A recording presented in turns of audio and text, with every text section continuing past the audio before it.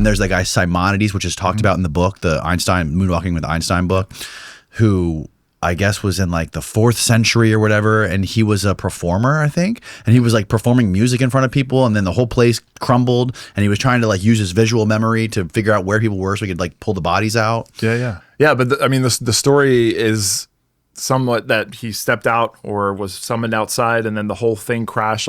There it goes, lyric poet. Yeah. Oh, there you go. Yeah. But yeah, to identify the dead bodies who had been crushed by this collapsing hall or whatever, he imagined the positions of the people at the table, their locations. Right. And that spawned this idea. Well, I don't know if it necessarily spawned it, but that's the famous story where people talk about this memory palace idea. Right. Where by location, you can actually place information and remember it really well because our brains remember spatial information really well. Yeah, I did that exercise in the book, in the Einstein book, and it works phenomenally. Like, Isn't it surprising? It's incredible. Yeah. So the idea is like, if you want to memorize something, right? Anything, you kind of like break it into chunks. Yeah. And then you basically associate it with a physical location. Yep. So there's a few parts to it, right? First, you have the information that you're trying to memorize, and it's usually going to be something abstract, you know, in terms of our brains don't really like to memorize numbers and passwords, right? This is all abstract symbols, right? Generally. So that in recent times, they're new. They're new for our brains. Our brains were not designed to memorize stuff like that. It's designed to memorize pictures, visuals that have associations to things that we know. That's one part of it, converting what you're trying to memorize into pictures. The second part is, how do you organize that? Where do you place it in your mind so that you can go back and retrieve it in a reliable way? And that's where the memory palace technique comes in so handy, because you're placing it or attaching it to a physical location that you know well that you're thinking about. So when you go through your house or palace, if you have a palace, you have these ordered locations in your house. You walk through your front door, then there's the kitchen over here and the stairways, whatever. You can attach images for things that you're memorizing on those locations, and the location preserves the memory of the order of things and the structure and the organization, right? Which is when people try to recall things and they forget, it's not that they forgot, it's really that they can't retrieve it, right? Sometimes they know it's in their mind, they just can't get it out because they didn't have an active way of placing it knowingly in their brain. That's the big problem, right? So when you did these memory competitions, what sort of shit did you have to remember? And did you have to go around to a bunch of like locations and store stuff? In my mind, yeah. Not physically, but yeah. No, that's what I mean. Like, you go to a place and like walk around and be like, okay, I'm going to put this thing here. Yeah. As a trained memory athlete, we'll have dozens to 100 or hundreds of memory palaces, different ones, to store different kinds of things. Wow. Depending on the size of the information, you need more locations. So I have this whole like catalog of memory palaces that I go through. That's amazing, dude. And on a competition day, I've got to go through the different ones. Okay, I'm going to use my childhood home for this set of numbers. I'm going to use my ex-girlfriend's apartment for this one. A hotel I stayed in once that was memorable on this vacation for this set of numbers and whatever. Yeah. So how do you organize all of that? You just like pick, if let's just say you picked up a book you want to memorize, right? Yeah. Tomorrow you go and buy a book you want to memorize. So you would say, how would that process work for you? Where you would read the book, and then you would afterwards think of a location that you haven't already used to store memory and associate it, like spend time sitting there working through where to store each memory of each chapter of that book. Right. Yeah. There's a few things to go into that. First is, I have memory palaces that I use for training. When I memorize numbers every day or cards every day, I'm kind of visiting the same ones that are kind of designed for that. But then if it's new information, like say I have a book plopped on my desk and I'm going to memorize it, I'm going to create a new memory palace for that specific information. So when I want to recall information from that book, I know it's only in that memory palace that I designed for it. So then the question is, okay, what do I build? Or what do I think of? What's the memory palace? I need to decide, what is the route? Is it, the place, first of all, is it, I can create one on the spot, or I could go to a museum and decide, I'm just going to map this into a memory palace. Or I can use some place that I've been to that I haven't thought of as a memory palace yet. Right. And then I need to know, what am I memorizing? How much information is there? So that I know how many locations I need. right? Oh, So that's a big part of mapping out, especially a big project like that, memorizing a book. Mm-hmm. Like, am I memorizing? You mean every single word, like verbatim, or just generally the important things, key ideas, stuff that I want to take away? That also depends, right? Like when you're going to memorize something, what are you actually going to memorize? And is it important to memorize everything, or can I just, is there certain stuff that I already kind of know or can piece together through logic, and the rest maybe or some other points I need to memorize? Yeah, deciding that's important too before you like go out and waste all this memory palace real estate on stuff that actually isn't that important to memorize. Right. That's fascinating, because I was telling you before we started recording that like sometimes when I'm listening to audiobooks, I can recall, like if I'm listening to it driving from here to my house, I'll drive that same route the next day and I'll have that moment pop into my head when I was listening to the audiobook, right when I drove past like a specific building or something like that. It's so weird that like there is a legitimate association that's like hardwired into us with physical locations and like learning stuff. Yeah. And it's the same with music, right? Imagine the first time you heard this album that is so important to you. Teleports you. You can be right there. Like, I know where I was when I first heard this. Or you have these strong memories of when you were blasting that song or who you were with. It's something about music. I think it goes way back past Simonides that as humans, generally, we are, our brains are storytelling machines through stories and music and poetry and beats and rhythm. That's how we remember things. That's how we were able to survive and pass on ideas, which is ultimately how we were able to survive. Right. Until modern day, now we don't need to do that. But that's how we had to. Isn't smell also like super hardcore linked with memory? Yeah. I think that was like the sense that is the most commonly associated with memory, right? Yeah. Who was I just talking to about this? I was training somebody and they were asking me, the memory champion can't remember something. Dude, look at this. I forget. I do forget.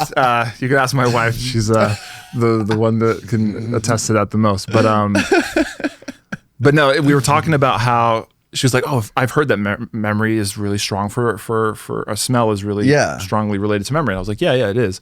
And she was saying, if I can just turn my images that I'm memorizing into smells, then I'll remember it faster or better. And I was like, in theory, yes. And smell memory is so potent. I mean, if you get a whiff of something from, say, your kindergarten class, like there used to be these like letter boards from when I went to kindergarten, I guess. And I remember years ago, I came across the same thing and I was like, wow, what a nostalgic thing. And I sniffed it and I was like, in the Matrix. Just teleported. I was there, right? And I'm sure many people have had a similar experience. Me too, yeah. But if I were to ask you to just imagine, I don't know, a certain smell, like, there's certain polarizing smells, like smoke, you could probably imagine, right? The smell of smoke. Mm-hmm. But in terms of your imagination right now, if you're thinking about it, it's kind of elusive. Like you can describe it. Yeah, it's like a bitter, smoky smell. But are you really experiencing it in your mind when you imagine a smell? Probably not. Versus if I said, hey, picture an elephant. You can almost see the elephant. Right. So the smell thing, I think, is super powerful when you can get it to hit, like you get the experience. But like to actually conjure it up in your memory is difficult because you have to have the right words to describe it, and it's not like a true visceral experience when you imagine it in your visual space. Yeah, you can't just like pull that up at will, like that smell. Yeah. Like I remember thinking about this years ago when I was just starting memory stuff, and I had gone to wash my hands. I had this soap that smelled really like marzipan-y, and I loved marzipan. And I went back to my table and I was like, I wonder if I could like try to generate that smell in my mind. And it had gone, it's like I couldn't. I could say it was marzipan smelling, but that was it. It's just like, but if I had smelled it again, it's like, oh yeah, there it is. I don't know what it is about smell that makes it so elusive in that way, but.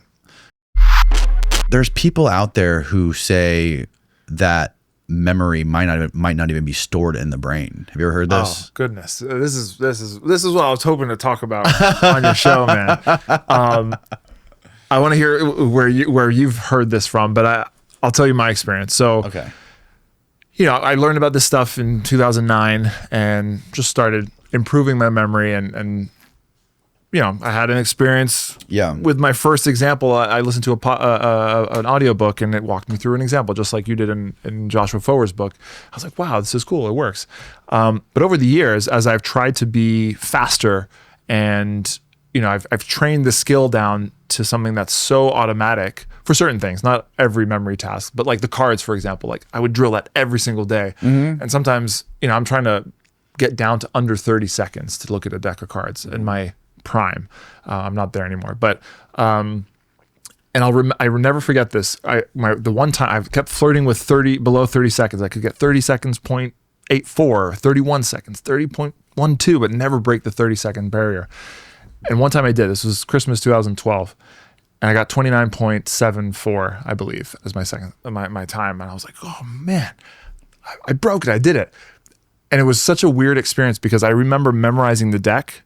The experience of actually going through the deck, memorizing, I was like, there was a part of my brain that was like, I'm not actively doing anything right now. Like, I don't feel like I'm memorizing anything. It was like a flow state, right? For memory.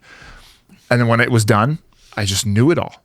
And that was like the first time that I ever felt that I wasn't a part of the memory process, that it was like coming from somewhere else. Whoa. And that was weird. It doesn't happen all the time, but in these flow states, especially with memory, like with flow state, like shooting basketballs, everything goes in, like you're just kind of like mindless in the state, right, of doing this. But with it's almost memory, like out of body experience. Yeah, but with memory, like it is all about your mind. But being away from your mind as your mind is doing something is a really trippy experience. And so in the last 5 years, we talked about this briefly, but I've been more in touch with my spiritual side and remote viewing and kind of having these psi experiences and psychedelics and stuff. I'm pretty convinced that I don't think all memory is coming from inside of here, that I think it's just a receiver, that there's some substrate out there that has all information about everything, including my personal memories and things that I've memorized and will memorize. And we are all able to tap in and out of that. To get information, to write information, That's my feeling. Yes. And with the remote viewing, that's why I wanted to talk to you about it, because when I visualize things in my memory space, it's so similar to how I get a download when I'm remote viewing. Like the visual space is almost the same. So I almost feel like remote viewing is like kind of memory, but for things that are non-local or for the future, You've actually done remote viewing? Oh yeah. Really? Yeah. We can step into that in a moment, but I was curious to hear why you brought that other question up. Well, obviously in the book, in the Joshua Foer book, they explain that they've been doing experiments on rats and I think monkeys where they try to take out pieces of the brain to figure out where memory is stored, right? We've been trying to figure out which part of the brain stores memory. And there's all these experiments where we take out different parts of the brain, but memory never seems to go away, at least long-term memory. There's some parts of the brain, I think the hippocampus you can take out, where short-term memory seems to reset every day. Yeah. But for the most part, it seems like from all the experiments that have been done, memory is sporadic throughout the brain. Like it's like a hologram projected on the entire brain. So as long as like there's enough brain there so you can be function and be alive and not paralyzed, that you can still remember stuff, or at least animals can still remember stuff based on the experiments. Right. And I think I was listening to Rupert Sheldrake talk about this, where it's basically similar to what you said, where he believes that the human brain is not like a hard drive on a computer. It's more like a television set, where if you're watching the television, the show you're watching isn't stored on the screen, on the television itself. It's being streamed from somewhere. Yeah. Pulled in from the antennas or right. Wi-Fi or whatever. Yeah. Right. Which is a compelling idea for sure. But then like the question is, how do you explain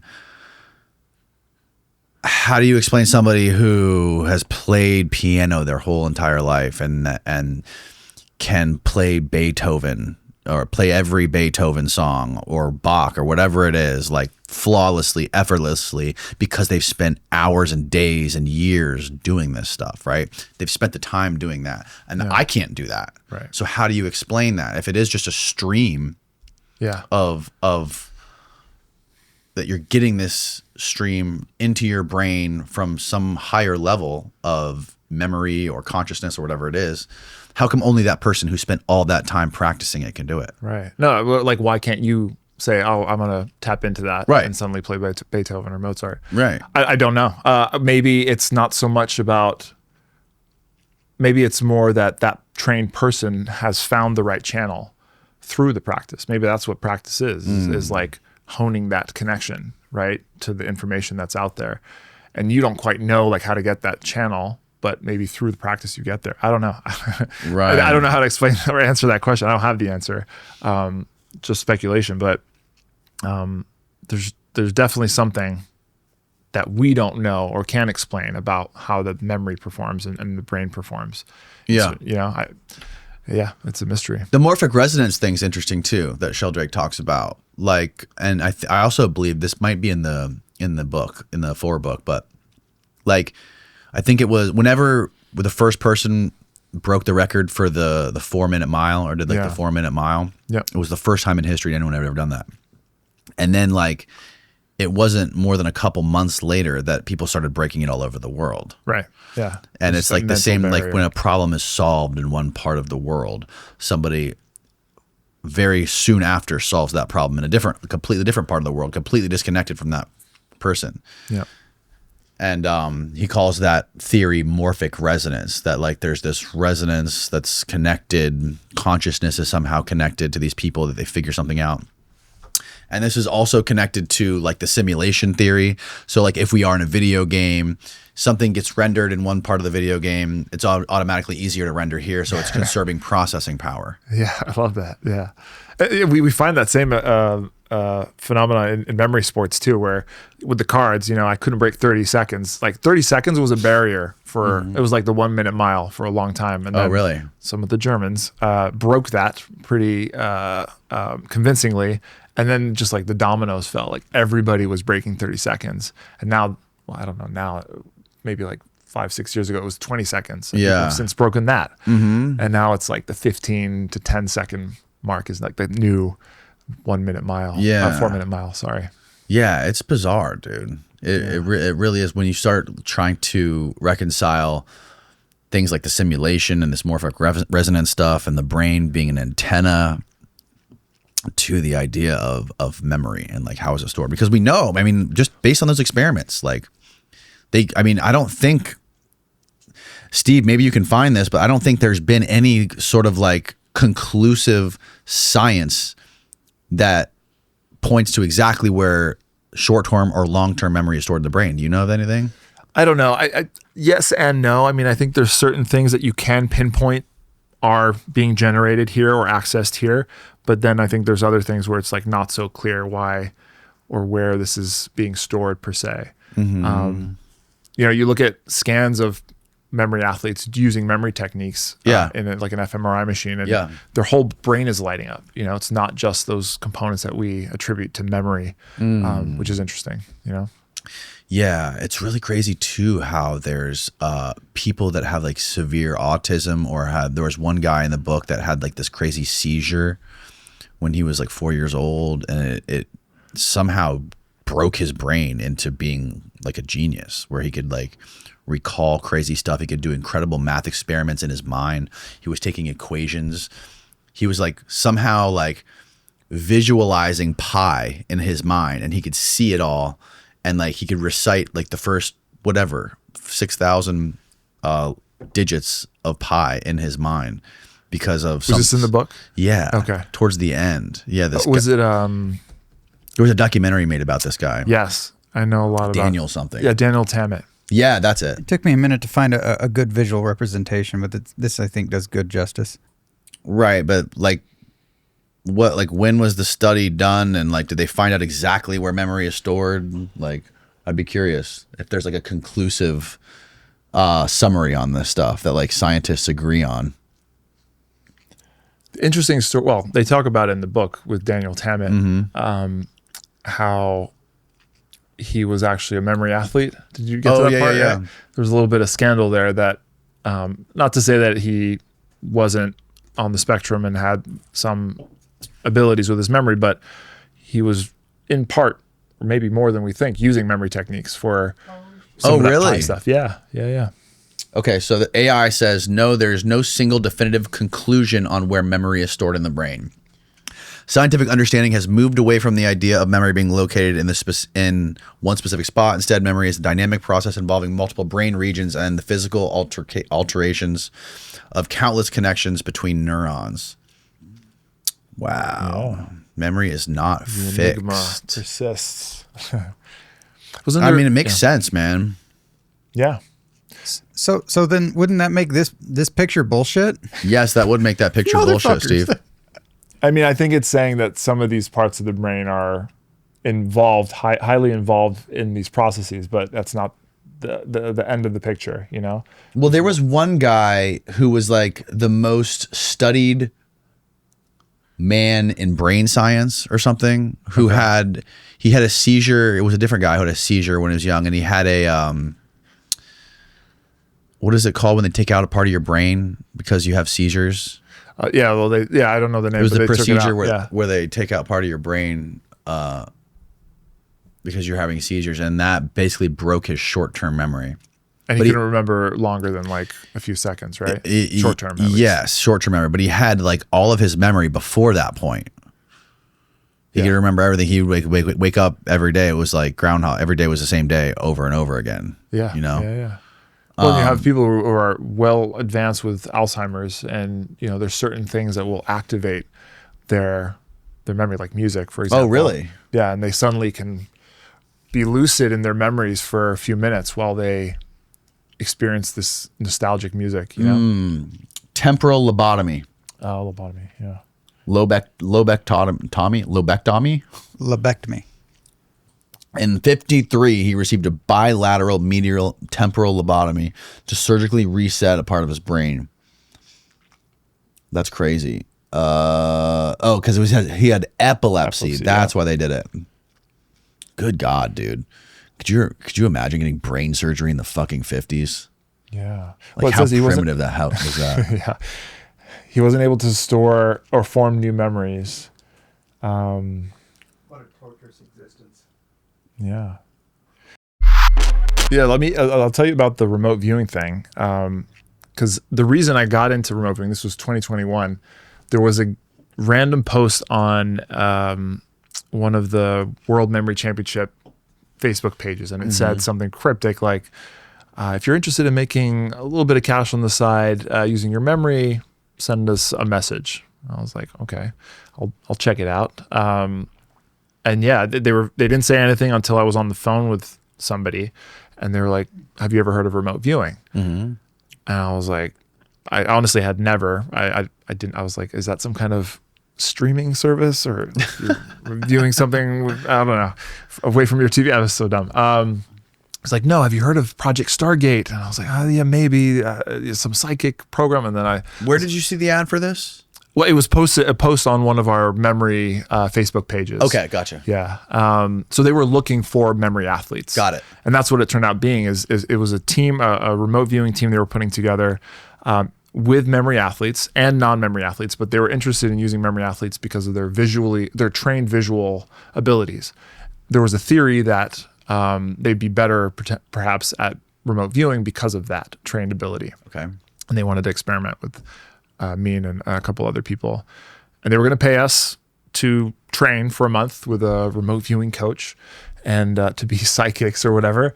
And it was for a trading firm. So they were eventually going to... A trading firm? Yeah. So they were going to have us do associative remote viewing on tasks every day that had to do with the fluctuation of the market. Oh my God. Yeah. And so we were potentially going to get a portion of the earnings and stuff like that. But the projects fell through at some point, but I did get my month training. And I did get paid, so it wasn't like a scam. They actually paid me. But I was so skeptical. Like I in my worldview that at that time none of that there was no room for that. I grew up studying physics, very classically. That was what I was gonna be a physicist. And so this was not explained in that world, you know? remote viewing. So I was just kind of like rolling my eyes, but I was like, you know what? It's maybe a cool story to tell. I'll see what these people have to say as they coach me how to psychically see things that are non-remote, not non-local. And within maybe the first week, I had some experiences that like I couldn't explain, with getting the information right out of nowhere, seemingly. And so slowly it kind of changed my mind about what is possible with the mind, So were some of the people that were recruiting you guys, were they like former Project Stargate people? No. So the guy who trained me was trained by a guy named Ed Dames, Major Ed Dames, who was from one of the original CIA programs, I believe. Yeah. Not the original, but one of those. He himself is a controversial character, but either way, the technique is roughly the same. Everybody has a little bit of a different take on how to do it, but it's ultimately the same. You're generating information from seemingly out of nowhere, or tapping into something with your intuition, in this visual space. And I'll never forget the first time I had like a hit. Yeah, how did that go? Like, did they invite you out somewhere? Did you have to go meet up with people? And like, how did that work? It was all virtual. I actually never met the people higher up at this firm. It was kind of weird and hush-hush, but I would meet with my coach every day for like a month. And, step by step, he taught me the formal process of how to remote view. And he would have a picture that he had randomly selected. He'd give me a task number. I'd have to, from that task number, try to intuit what the picture was, like through descriptive words, sketches. Some were not even close, but then some would be so eerily close. Like what kind of stuff would they tell you to look for? Well, at first for training, it was just random pictures, right? So it could be a landscape of the Highlands in Scotland. It could be a picture of a dog, it could have been, mountain in the Swiss Alps, anything. Okay. I didn't know. I had no idea what he was choosing. It was totally random. And he actually had software that would randomize some image selection. So it wasn't like he was even preparing them. So there's no way he would be able to tell if you were actually remote viewing successfully or not. Well, yeah, we would go over my results after. Okay. But I'm saying there was no, because I was trying to go through all the explanations, like how was I able to get some of these so correct? Like, is he subliminally giving me the information, like, and it's all a trick? Or am I actually coming up with this information somehow? But the main one that like really changed my mind was I drew and described like a whale breaching the ocean. And it was after a couple of weeks. So we had developed, he had taught me the different stages of getting really detailed information from these sessions. And so I had all these components that just like looked exactly like the picture of all the things it could have been. It was exactly the whale breaching the exact same way with the same colors and components of the photo. Like it was all described there. It was just like mind blowing to me that I generated that. So I'm a little confused. Tell me. So, okay, he has the photo and you can't see it. Correct. And it was by Zoom. So he's on another. So he has a random generator on his side that creates a photo and then you don't get to see the photo. What does he tell you? I get a task number, which is just a task number. It's just a random 6 to 8 digit number. Okay. There's nothing in the number. It's just a random number. Okay. And I used to ask questions about that. I was like, why do you need the number? What's the number about? Can't you just let me do it? Right. And they're like, well, no, the process is, you get this thing that you can kind of, I don't know how this all works. I don't think anybody does, but I think there's something, if I had to kind of speculate, when the tasker, him, who's deciding what the photo is and giving me the task number that he's assigned to the photo, that intention links the two somehow. Okay. So when I get the number, even though it's no information regarding the photo, maybe that through line to the signal that like connects all the information in the universe is what I can tap into through that number. I don't know. So that number on his side is associated with the image. Right. And he's decided that. Okay. And so he'll say like 1, 2, 3, 4, 5, 6. I write that down and then I do the thing. So he gives you the number, you write the number down. Yep. And then what do you do? The first step is you come up with what's called an ideogram, which is really just as soon as you write the number down, you let your hand just draw a scribble almost, like whatever your hand does. Your hand will do something if you let it, right? And it might be like this, like a little zigzag, it might be a loop, whatever. And then from that, you kind of, it sounds so out there, but you just kind of like feel what you feel. I don't know how else to describe it. And you'll get like a general gestalt or like a feeling, and you kind of write those down, like, okay, fluffy. And then like a general category, okay, landscape. Okay, you start with that. Then you go into descriptors. So the way that he taught me is he would say, you first want to go through all the colors you sense, the taste, the smells, the dimensions, the structures, anything that comes to mind, right?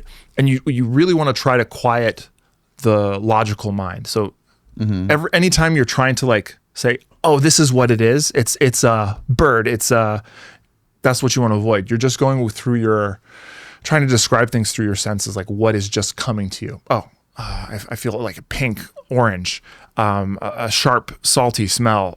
Whatever pops into your mind. Yeah. And it's hard to do without your mind starting to be like, oh, it's pink and orangey. Well, maybe it's like a parasol on the beach. Okay, it's a parasol. No, you can never name things.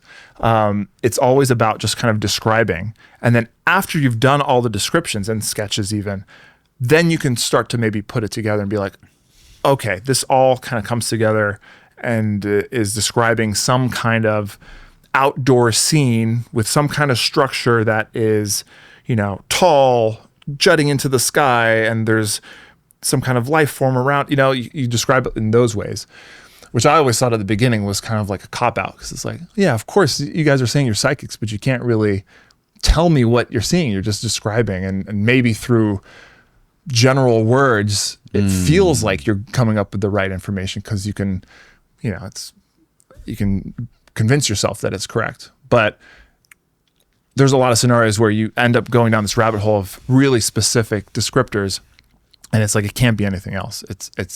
It can get to really specific things that are really accurate to what you're describing. And I've talked to a few of the original remote viewers, and they can do this on a whole other level where they're writing such detail down that. Which ones did you talk to?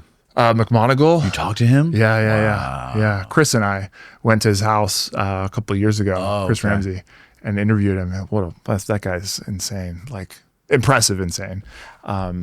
Crazy stories too, but there's he can still do it at that age?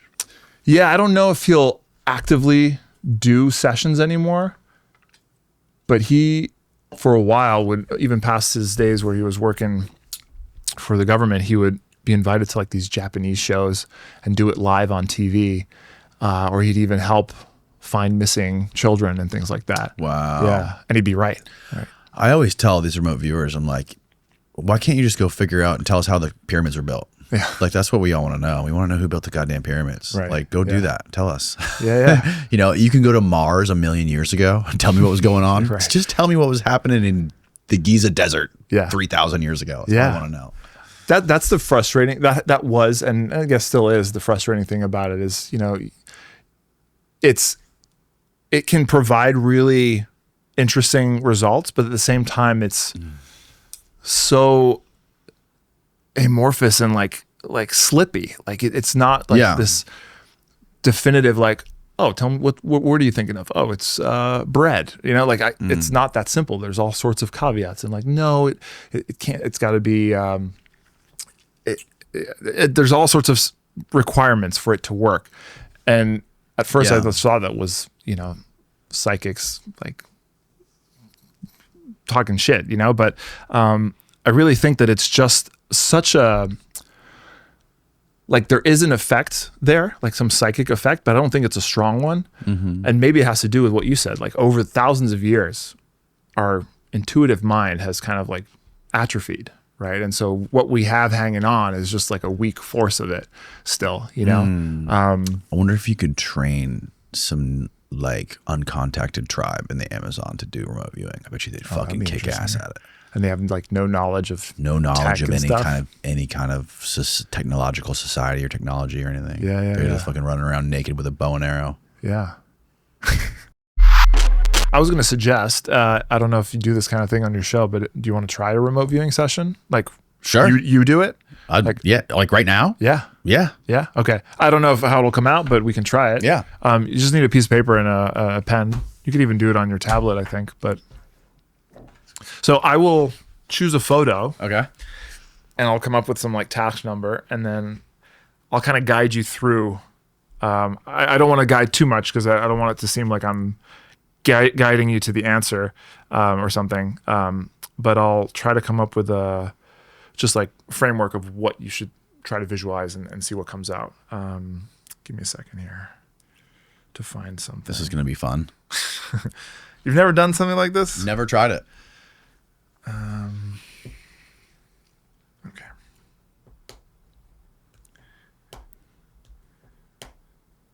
Okay, I'm gonna save this. Remember when David Morehouse was showing us the Titanic thing, Steve, where he was pulling up the like all the remote points of the Titanic, like on the ship, and people were remote viewing the Titanic sinking. Oh wow. Yeah, that was pretty nuts. Yeah, like people could like they were picking points in time for people to go back to and like remote view like what was happening. Cool. On like major historical events, right? Like the Titanic, like the idea that there's like some sort of like major events like that, there's some sort of like, again, I don't even have the words to describe this, but like maybe there's more of a connection to those events because there's so many people involved, and like that is somehow stronger. It's easier to tap into big events like that. Yeah, there's some theories behind that. There's a physicist, Ed May, who's got some really cool ideas on this, but his thought is that things that have a lot of entropy tend to be easier to remote view. So think of things like natural disasters or explosions, or like a lot of the CIA programs would be trying to find like a downed plane or some kind of like silo with nuclear missiles and stuff like that. And apparently those are like hot spots, like McGonagall would say that. So, and that's interesting because entropy is just kind of like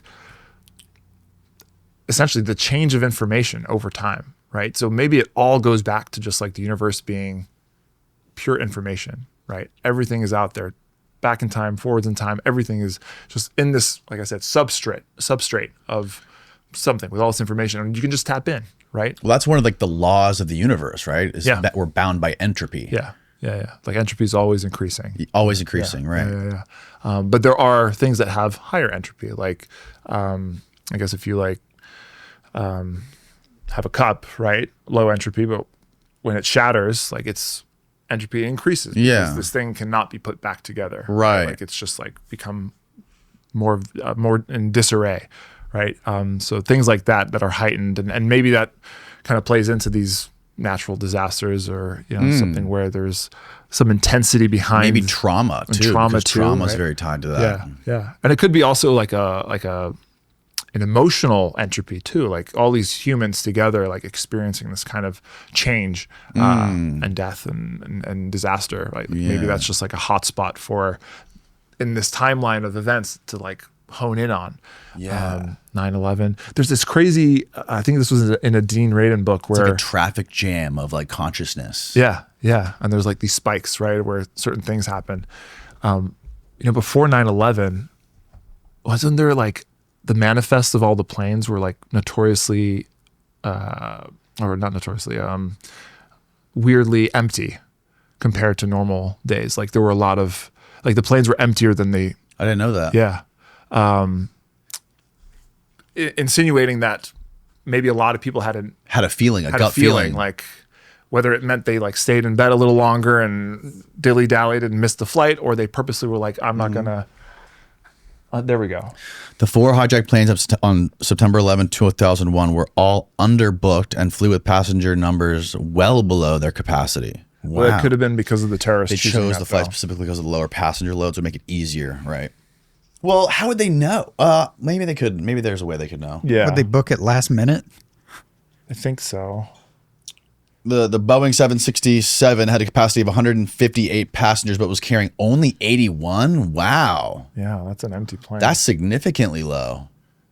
You never think about that, right? You always kind of think of these packed planes. I've never been on a flight that's Well, they were empty. also all cross country flights too, which is why they picked cross country flights because they knew they'd have to have full tanks. Yeah, a lot of fuel, right?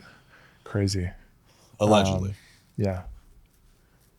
Anyways.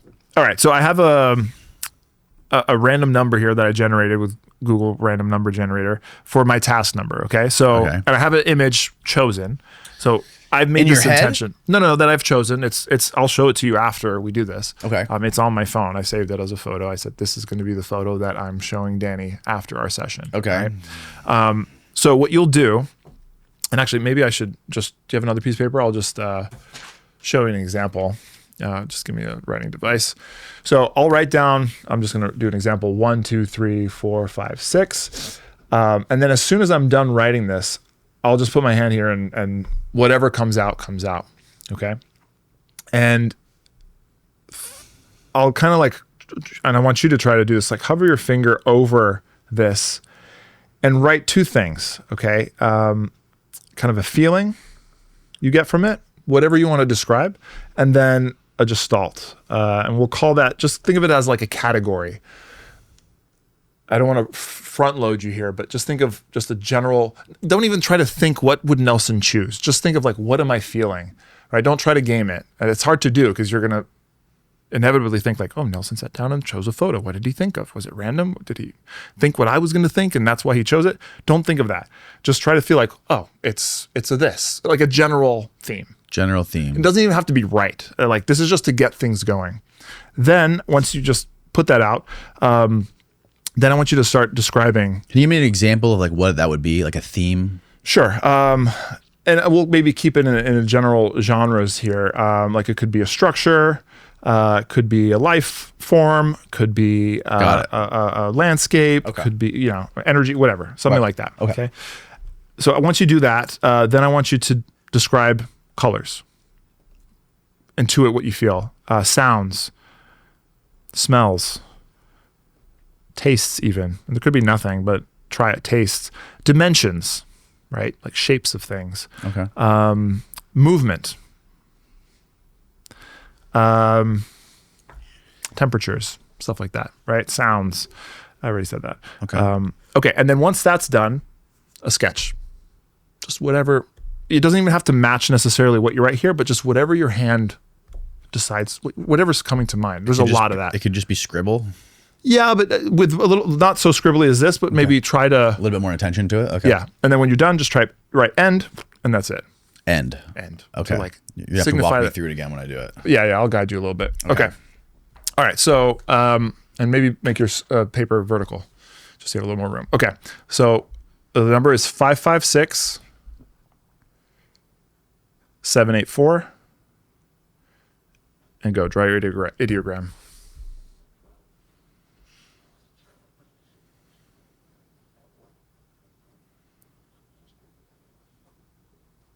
Cool. Whenever you stop it, that's fine. Yeah. And now hover your hand over it and really just try to tap in and think of a feeling it gives you. And then a general category. Is it gestalt? A feeling that it gives me. Okay.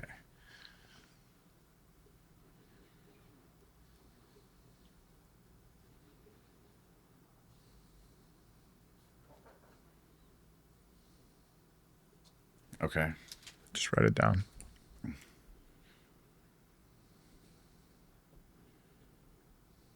Okay. Okay. And then a gestalt. The category of what it might be. Okay. Okay. All right. Now colors. Write down colors that come into mind.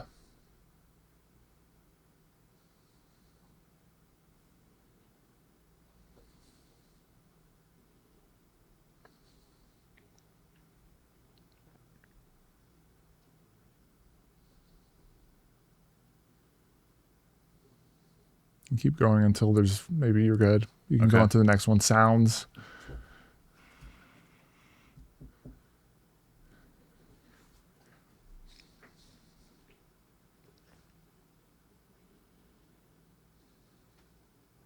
Don't think too hard. Really just go with it. Nothing's a wrong answer here. Okay. There is a wrong answer.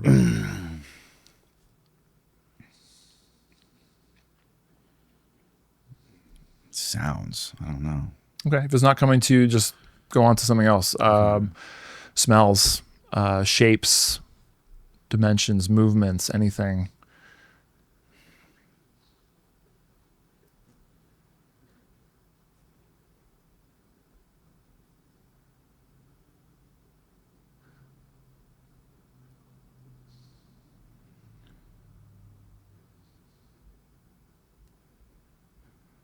I feel like I have something popped into my head that gave me like an idea of what it could be, and now I'm kind of like following that. If you get one of those, that's called an AOL, an analytical overlay. So on the side, write AOL and name the thing that you're thinking of. Okay. Okay. Okay, put your pen down. Okay. Just take a beat. The point of that is to like get it out of your head, because it's easy to get stuck on a thing and be like, that's what it is. I'm going to describe it now. And now everything I'm saying is like reinforcing it. Right. And so now the idea is to kind of let that go and go back and just try to see what comes through the stream again. So you can continue. Just write anything. Yeah. So, taste, smells, sounds, temperature. What's the temperature? Is it,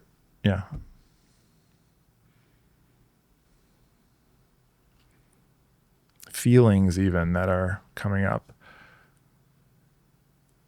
It's supposed to be like looking at it?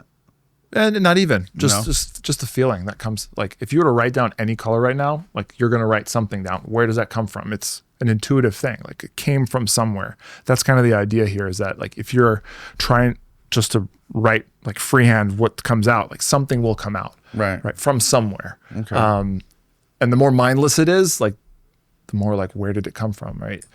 Right.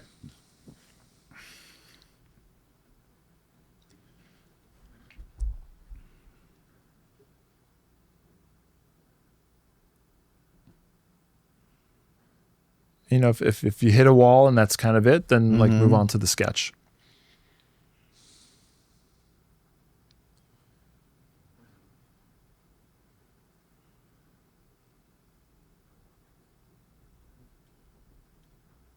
Okay.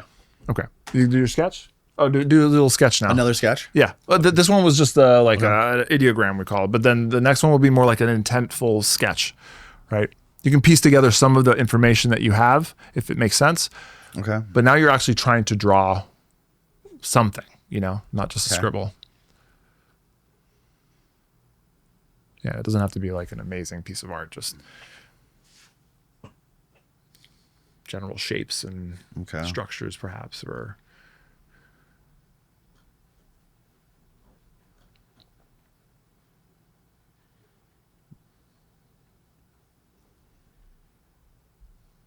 okay. All right, and just write end somewhere on the bottom. Okay. Voila. All right, let's see what you got. It's like a bird. Okay. All right, and what do you have? You have so you had life form, animal. Yep. Okay. Then your colors, you had orange, white, you had walking, smelling, predator. AOL was your bird. And then what does it say here? What's that? Cool? Cold, red, evil, good vision. Good vision, okay. I don't know why. Why. So you clearly had like you went down I went down a rabbit hole. A rabbit hole. This is what it was. Okay, not even close. How would you rate that on a scale of 1 to 10? 0. 0. And this happens often. And it's hard like to pull information in without like getting fixated on a thing. And even when you do get fixated on a thing, how do you let that go and just like focus on the stream? Right. And sometimes I've done this with people and they have like insane sessions where they're like, they drew the thing or like a lot of components matched. And I've had other ones that just don't quite, or you look at it and you're kind of like, well, you said white and orange. Well, I mean, the general colors there, are white and orange. Yeah, that's true. Is that true. something? Interesting. You drew somewhat of a beak there. Is that maybe like kind of what, like if you were tapping into this at all, but then on the flip side, is this just like us trying to fit this? Exactly. Yeah. And that's where like in a session like this, I really wouldn't give much to it. But there's been sessions where, I've drawn the fucking thing and it's like, that wasn't a guess, it was the thing. Let's try it the other way. Well, I was going to say, I'll tried- try one. I've never done it like on the spot, but it should be fair that I try it as well. So yeah, you choose a number or you choose a picture, and then find some like 6-digit number to give me as a task number. Steve, do you have any paper? No, I can get some. Yeah, grab some paper real quick. Should I do it on my phone with the generator thing or what? Sure. Yeah. Or you can. Yeah. I don't want. What is it called? What is what called? What do I search for the generator thing? Oh, you can just do like a Google image generator. Yeah, I feel like Random? Sure. Yeah. The psi ability works best when there's like no bias. Okay. You know, and that's why with the remote viewing stuff. Sorry, I'm talking away from the mic. That's why when there's the best remote viewing projects are set up so that they're like blind, double blind. You know, Right. that's the best. Okay. When people are like, can you remote view my future? You know, that's hard to do because now I suddenly, I mean, I don't know much about you, but I know something about you, and I know you live here, and like I can already, Yeah. I already have Sure. it front loaded with information, so it's not biased at all. But then the question is like, well, if you're psychic, you're psychic. Like, can't you? Why are there all these limitations? You know, I don't know the answer to that. Hand me the pen when you're. Oh, yeah. This isn't going to be much fun for the listeners, right? Okay, this is a random image generator. Okay. AI image generator. Cool. So It's not even a generate real thing. random AI image. Sure. Oh, great. Enter all your info. Give me your credit card info. Yeah, exactly, right? Let me try this one. Okay, here's a different one. Okay, number of pictures, 1. Hit generate pictures. Okay. I got the picture, but there's no number associated with That's it. fine. You can just make up a number. Make like up a write number. a 6-digit number on the paper 6 that digits. you're deciding is going to represent this photo. Okay. Let me see your pen.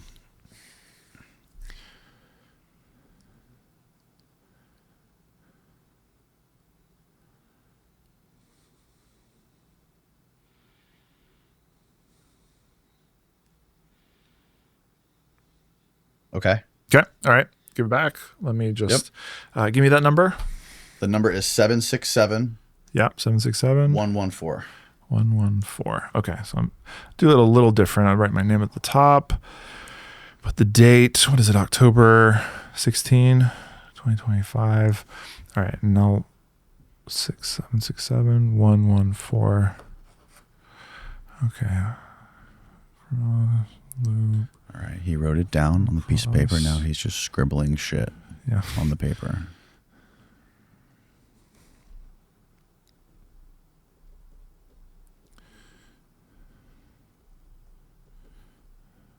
I'm not going to say anything yet until I get stuff out here.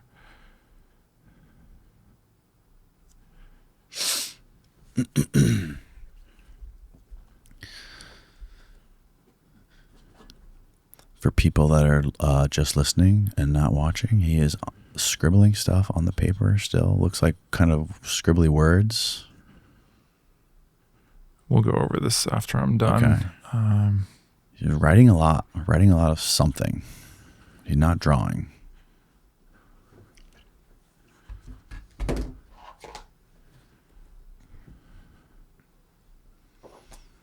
There's no way he's going to figure out what this image is.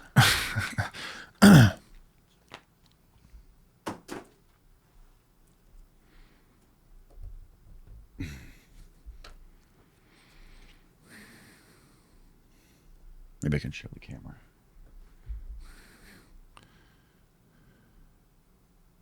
Is it focused, Steve? Can the camera see my image for the audience?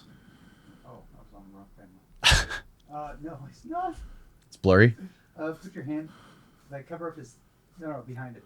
Cover up his face. Oh, I can't see I can't see you. Can I pop it up? It's all right. Oh Oh, yeah. there I am. Hi.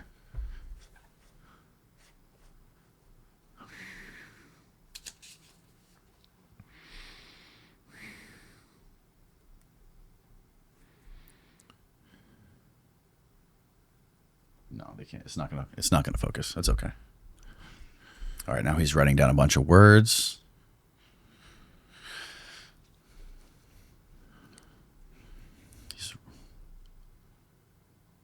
He's tapping into the muse right now.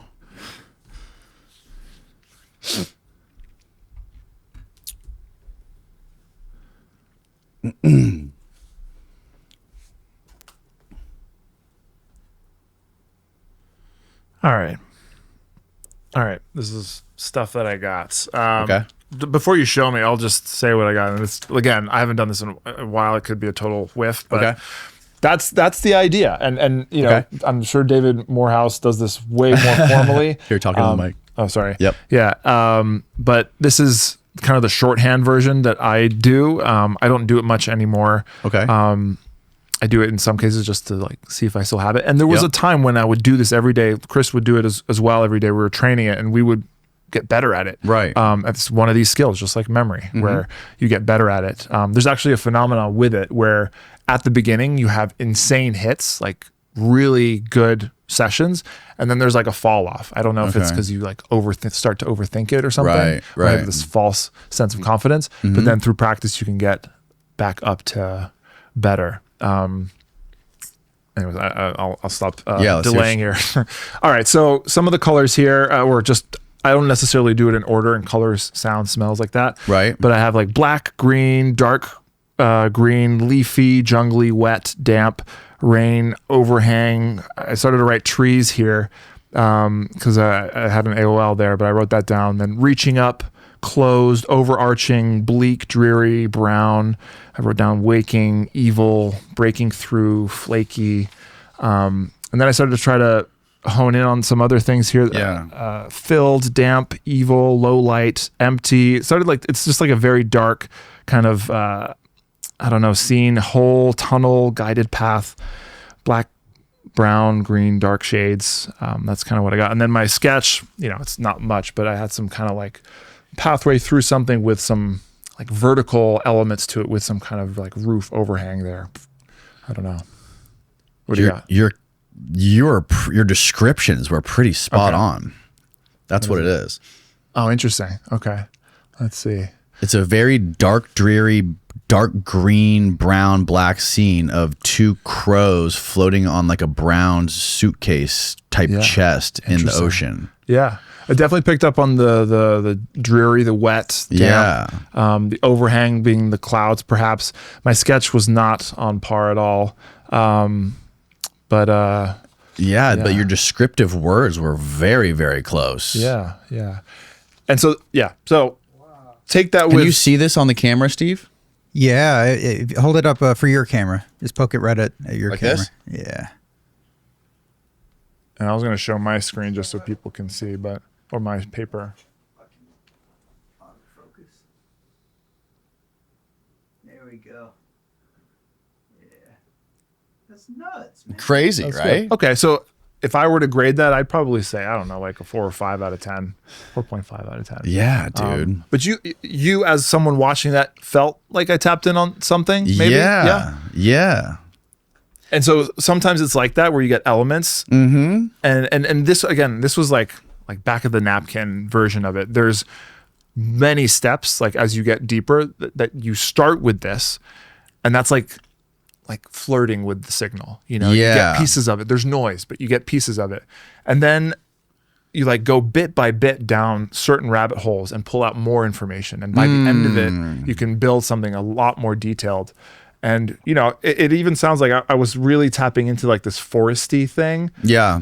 Even though because I started with the wet damp thing and that was kind of correct. Yeah, wet, damp. Yeah, it was in the water. Yeah. And so maybe I went too far down the logical rabbit hole my brain was telling me to, was that, it's like a jungly forest with trees. And so I wrote down trees, try to deal with that. And then you try to get back. And Try to reset. That's hard though. Like I'm not the best at this, but pro remote viewers can do that and will come up with some really detailed information. It's also interesting that mine was about a bird and like an evil... Dude, yeah, maybe you even like... Maybe I saw the future. You saw your own shit. That can happen too. It's called displacement, where you're like remote viewing the next thing or the thing before, like it's offset, you know? Because like maybe you got the signal, but you were like off a channel, you know? Right. Maybe I was seeing the future. Yeah. Dude, that's crazy. Yeah. Because what else did you write here? I mean, life form animal, orange, white, no. Yeah, no orange or white. But even still, the bird is kind of interesting. Yeah, the bird was interesting. I don't know why. 'Cause I think I got the bird thing from that. I drew like a beak there. Oh, interesting. And then I kind of Yeah. got stuck on that. It looked like an eye and a beak. Yeah. I think that all this is, and there's different protocols that different camps of the original remote viewers that will do it slightly different. I think all you're doing is you're trying to quiet the logical mind that's going to just like try to make meaning out of shit.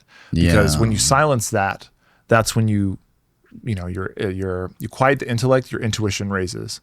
And that's what this is all trying to do. Whether I write my name in the corner, focus on the number, like it's all ways for me to just like blank out in a way and just listen to what is just naturally coming to me without thinking. Right. The better you can do that, I think the better you can. To quiet your mind. Yeah. Which sounds so opposite. You're trying to like listen to your mind at the same time, Yeah. Or listen to a signal that's coming into your Exactly. mind, right? Yeah. Like to completely shut down like the analytical thinking mind and just like become turn your mind into like a blank canvas to receive something else that's there. Because that's all we do day in, day out is we listen to our analytical mind. We're just always trying to make sense out of stuff, trying to logically deduce this from that and think things through. But listening to our gut and our intuition, there's a lot of value and insight there, and I think that's where this stuff comes through. Yeah, dude, that's super interesting. Yeah. Have you ever heard of there's too many people. Itzhak Bentov? No. I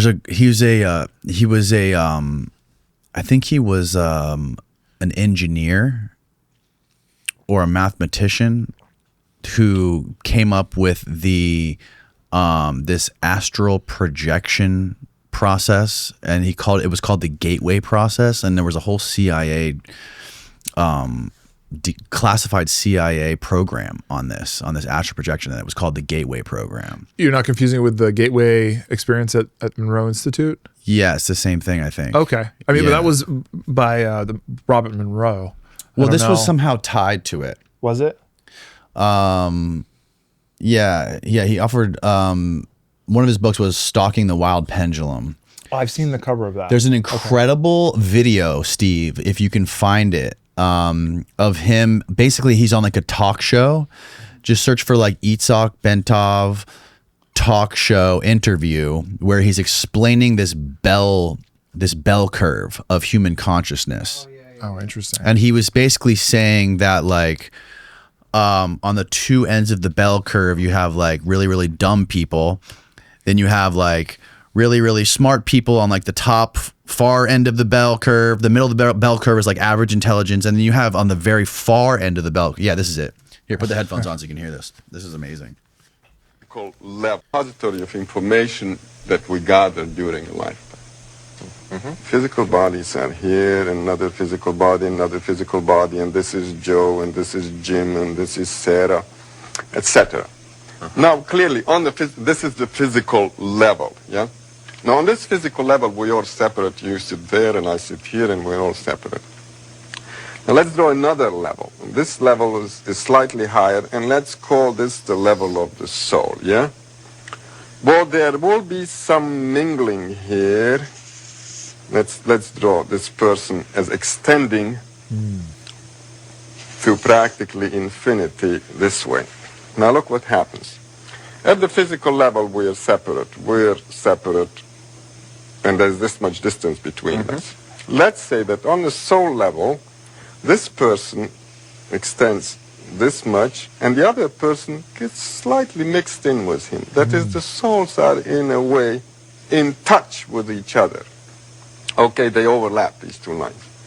Now let's go now to a higher level, and let's call this, say, the level of the higher self, which is kind of a boss of that soul. There, what we find is that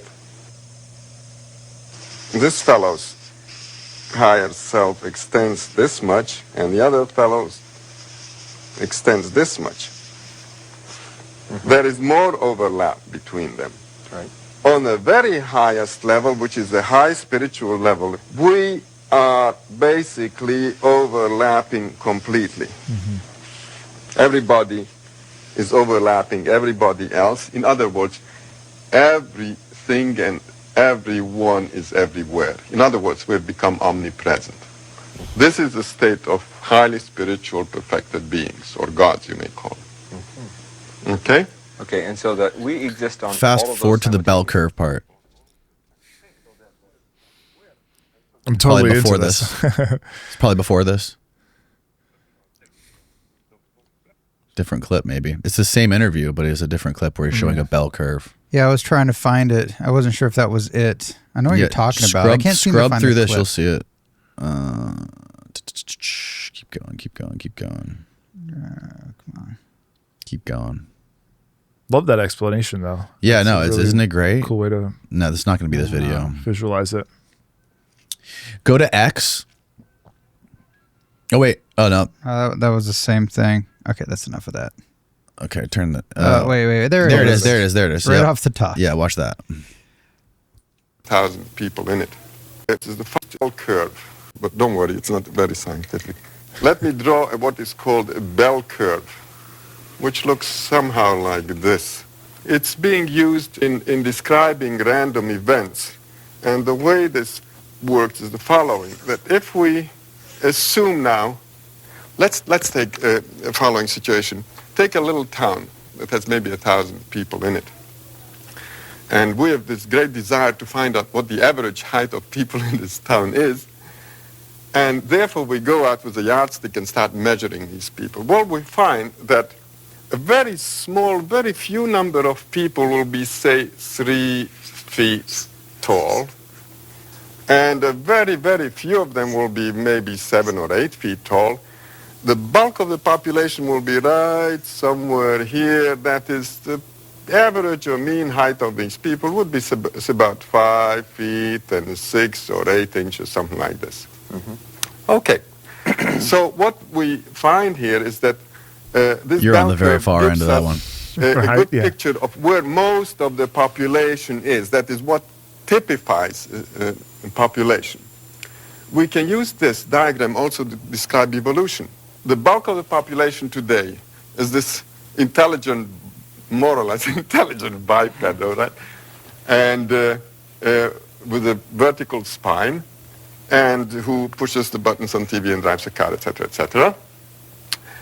Now, there is some backthrow. That is, there are some people here in this area, very few people who are still gorilla-like. That is, they are hairy. They beat their chest when they see their neighbors and a few other things. And then we have other people who are here in this corner, very few of them, who are very highly developed, because we say that evolution is now pushing mankind in this direction, away from the gorilla types towards the very highly evolved people. At this point, we're here. What's going to happen maybe 1 million years from now, 500,000 years from now? This curve is going to shift. It's going to shift like this. That is, the bulk of the population will be very, very highly evolved. We have gone away altogether from the gorilla types, no more gorillas. And what we have here now is the average man is now the retarded person in evolutionary terms. The bulk of the population is extremely, very, very highly evolved. And the cutting edge of evolution here, these are very, very highly evolved people. We can't even imagine what kind of person that will be. He may not have a physical body at all. What's the habitat, so to speak, of this group here? Well, you just go out and you find them. They're all over the place. The habitat of this group here, what do you think? What do you think you find these people here? Hey? I suspect that you would find them in universities. You'd find the people who are very bright, people who are in the leading edge of professions. That kind of thing. I mean, it's an intellectual thing, isn't it? Well, I suggest that you find them in mental hospitals, in nut houses. And the reason for that is that these people, they live in a different reality, in a reality which is very changed, and few of them are adapted to live in this reality. So naturally, they can't function very well. So the only safe place, only good place for them would be the mental hospital, unless they can integrate their different view of reality with their daily lives. Now, if they can integrate it, then we have people like Newton, like Darwin, like Faraday. These are the so-called geniuses. The thing that How crazy I'm is not that, certain man? that we- That's cool. I love that. Pretty wild. That's awesome. And such a good demonstration of Yeah. of that. Yeah. So he was the one that worked on that whole I think it was part of the Monroe Institute thing was the gateway program. Can you check that, Steve? I didn't know that. Just type in his name. Yeah, with, type in Gateway. Itzhak Bentov, Robert Monroe. Have you considered going to the Monroe Institute? You should. I would love to. I just don't have that much time. I would love to do it. I think they've invited me to come up there. But They both contributed. Awesome. I didn't know that. Cool. yeah.